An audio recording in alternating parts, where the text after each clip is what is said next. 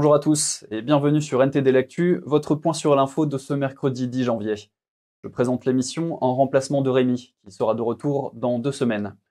Avant de commencer, merci de cliquer pour vous abonner et de liker la vidéo. Lors d'une allocution prononcée à l'occasion d'une prise d'armes, le ministre des Armées a souligné la nécessité pour les armées françaises de s'adapter aux évolutions stratégiques à venir. Il estime que les armées actuelles ne seront plus les mêmes dans 5 ans et mentionne le besoin d'une nouvelle politique de recrutement. Une note interne révèle que la RATP a demandé à ses employés de remplacer Joyeux Noël par Joyeuses Fêtes de fin d'année, en évoquant la laïcité. Elle demandait d'éviter les termes associés à Noël pour rester neutre. Cette décision a créé une polémique. Un agriculteur du Var tente de déloger un squatteur occupant une maison sur son terrain depuis plus de 9 mois. Il a tenté en vain d'utiliser son tractopelle pour le déloger, mais a été stoppé par la police municipale. Le squatteur, qui fait l'objet d'une obligation de quitter le territoire français, a été placé en garde à vue après avoir proféré des menaces, mais la situation reste bloquée en raison de la trêve hivernale. L'agriculteur a déclaré ne pas se sentir soutenu par la mairie et les autorités. En raison de l'épisode de froid, la centrale à charbon de Saint-Avold a été remise en service pour produire de l'électricité, tandis que la seconde centrale à charbon en France n'est pas encore sollicitée. Les 2 centrales devraient être converties à la biomasse d'ici 2027, conformément à l'engagement de la France de sortir du charbon. Une tentative de braquage s'est soldée par un mort dans une armurerie près de Rouen. Parmi les 3 suspects, un des braqueurs présumés est décédé.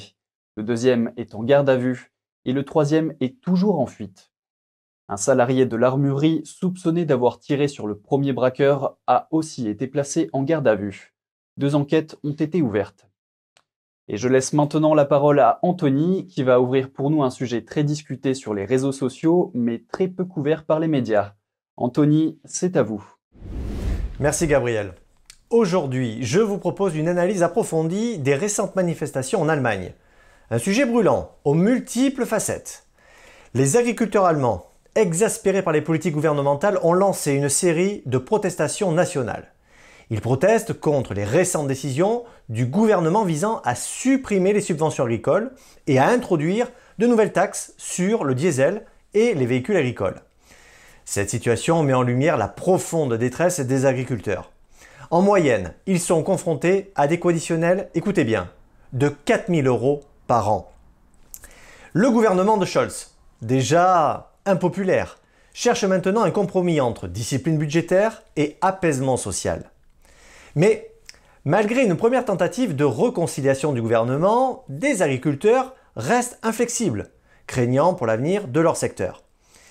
Et ces manifestations ne se limitent pas aux agriculteurs, elles ont également mobilisé camionneurs et artisans. Leur colère s'ancre dans un conflit plus profond que la simple question fiscale, touchant au cœur de l'agriculture allemande et à son avenir. Tout de suite, place au reportage détaillé sur ces événements qui secouent l'Allemagne. Les rues d'Allemagne sont devenues le théâtre d'une contestation grandissante. Les agriculteurs, rejoints par d'autres secteurs, bloquent les routes avec leurs tracteurs, exprimant leur mécontentement face aux réformes du gouvernement. Dans plusieurs villes allemandes, les citoyens prennent le relais des agriculteurs, comme ici à Wittenberg, ville de 49 000 habitants. Cette vague de protestation fait suite à l'annonce en décembre de l'abolition des avantages fiscaux sur le diesel agricole et de nouvelles taxes sur les véhicules de ferme. Le gouvernement, sous la pression, a proposé de maintenir les subventions pour les nouveaux véhicules agricoles et d'échelonner la suppression des avantages fiscaux sur plusieurs années. Cependant, ces mesures n'ont pas apaisé la colère des agriculteurs, qui voient en elles une menace pour leur avenir. Leur révolte s'inscrit dans un contexte plus large, marqué par une opposition croissante aux politiques environnementales des gouvernements successifs. La réduction du nombre de fermes en Allemagne de près de 450 000 en 2001 à 256 000 en 2022 est un indicateur clair des difficultés rencontrées par le secteur. Depuis 2019, les agriculteurs protestent contre des directives imposant une réduction significative de l'utilisation des engrais et pesticides, ainsi que contre l'augmentation des réglementations sur l'élevage. Les coûts énergétiques croissants et la hausse des prix des produits chimiques agricoles ajoutent à leur précarité. Face à ces mouvements, le gouvernement et certains médias ont tenté de discréditer les agriculteurs les associant parfois à des mouvements populistes ou d'extrême droite. Cependant, une grande partie des agriculteurs ne soutient pas ces idéologies, et l'opinion publique semble de plus en plus critique vis-à-vis de l'agenda écologique du gouvernement. Après avoir examiné la situation, il est clair que ce mouvement soulève des questions cruciales sur l'avenir de l'agriculture en Allemagne. Dans ce contexte de restrictions environnementales et de coûts énergétiques en hausse, l'existence même des exploitations agricoles est menacée. Et l'impact de ces manifestations ne se limite pas qu'au secteur agricole. Elles sont le reflet d'un malaise plus profond, celui de la société allemande face aux politiques gouvernementales, et notamment à l'agenda vert. La chute de la popularité du Parti vert et la perte de confiance envers le gouvernement témoignent de cette tendance. Il est clair que le gouvernement est dans une position délicate et l'issue de cette crise est incertaine. Ces manifestations pourraient être un point de bascule, obligeant le gouvernement à repenser sa stratégie et à trouver un équilibre entre développement durable et soutien à l'agriculture. L'opinion publique, elle, semble s'orienter de plus en plus en faveur des agriculteurs, ce qui pourrait conduire à des changements politiques significatifs. Mais l'issue de cette crise reste incertaine. La seule certitude pour l'instant, c'est que la résolution de ces tensions nécessitera des compromis et une réflexion profonde sur l'avenir de l'agriculture allemande. Gabriel, c'est à vous. Merci Anthony. Des personnalités telles qu'Emmanuel Macron, Volodymyr Zelensky et le Premier ministre chinois sont attendus au Forum économique mondial de Davos la semaine prochaine. Cet événement verra la participation d'une soixantaine de dirigeants politiques et économiques du monde entier, notamment des États-Unis, de l'Union européenne et de la Chine. Les responsables russes ne sont plus conviés au forum depuis le début de la guerre en Ukraine.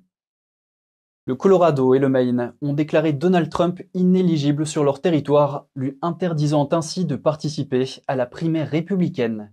Ils reprochent à Trump son rôle dans l'assaut du Capitole en janvier 2021, l'accusant d'insurrection. Trump a fait appel de ces décisions. À noter que l'ancien président des États-Unis est plus populaire que Joe Biden et estimé gagnant. Des hommes armés ont pris en otage des journalistes et des employés sur un plateau de télévision en Équateur. La scène a été diffusée en direct, les preneurs d'otages étant probablement des membres d'un gang local. Cette situation a conduit le président Daniel Noboa à déclarer l'état de conflit armé interne, suite à l'évasion d'un chef de gang et l'augmentation de la violence. Les États-Unis se disent prêts à fournir de l'assistance. Et je laisse maintenant la parole à Vladia qui va nous parler de la Chine, mais aussi d'un personnage qui a fait couler beaucoup d'encre ces dernières années. Vladia, on vous écoute. Merci Gabriel, bonjour à tous. Des emails récemment publiés jettent un peu plus de lumière sur les relations entre l'américain Anthony Fauci et l'Institut de virologie de Wuhan en Chine. Les courriels montrent que des scientifiques travaillant au laboratoire de Wuhan ont visité l'agence de Fauci au NIH en 2017. Cela s'est passé quelques mois avant que le NIH ne lève la suspension de la recherche à haut risque en virologie. Les courriels ont été obtenus par le groupe de recherche à but non lucratif US Right to Know dans le cadre d'un procès intenté au NIH en vertu de la loi sur la liberté de l'information. Les courriels montrent que Shi Jiangli, chercheuse principale à l'Institut de virologie de Wuhan, a visité l'Institut américain des allergies et des maladies infectieuses en juin 2017. Shi fait des recherches sur les coronavirus de chauve-souris de type SRAS et dirige le Centre des maladies infectieuses émergentes au laboratoire de Wuhan. Fauci s'est présenté hier devant le Congrès américain pour répondre à des questions. Je surveille cette information de près et je vous tiendrai informé. Pékin aurait-il découvert un espion dans ses rangs? Le régime chinois a déclaré lundi qu'un consultant étranger espionnait pour le compte du Royaume-Uni. Cette personne, prénommée Huang, est accusée de travailler avec le principal service de renseignement britannique, le MI6. L'agence n'a pas révélé de détails sur Huang et n'a pas identifié son employeur. Cette nouvelle survient alors que la Chine a pris des mesures qu'on peut qualifier d'intimidantes. La Chine a revu sa loi anti-espionnage l'année dernière. Cette loi donne aux autorités chinoises davantage de pouvoir pour perquisitionner les entreprises étrangères ou procéder à des arrestations sans avoir à passer par la procédure judiciaire habituelle. Les États-Unis avaient conseillé aux voyageurs d'être prudents lorsqu'ils se rendent en Chine en raison du risque de détentions injustifiées. Cet homme est-il vraiment un espion ou y a-t-il d'autres raisons derrière? On ne sait pas pour le moment. C'est tout pour moi. Merci Gabriel. Très belle journée à tous. Merci Vladia. Et on conclut cette édition avec un conseil santé. De nouvelles recherches mettent en évidence les bienfaits de retarder la première tasse de café du matin pour optimiser l'énergie, l'humeur et la santé. La caféine ne crée pas réellement d'énergie supplémentaire, mais masque les signes de fatigue en inhibant les substances chimiques du cerveau qui indiquent la fatigue. Il est suggéré de retarder la consommation de caféine jusqu'à ce que vous vous sentiez réveillé, afin d'éviter le coup de barre de l'après-midi. Cette astuce santé se résume à utiliser la caféine avec parcimonie et de manière stratégique pour renforcer la vigilance et la productivité sans épuiser les ressources du corps. Et voilà, c'est la fin de ce journal. Merci à toutes et à tous de l'avoir suivi. On se retrouve demain à 13h pour une nouvelle édition de NTD l'Actu. Très bon après-midi et à demain.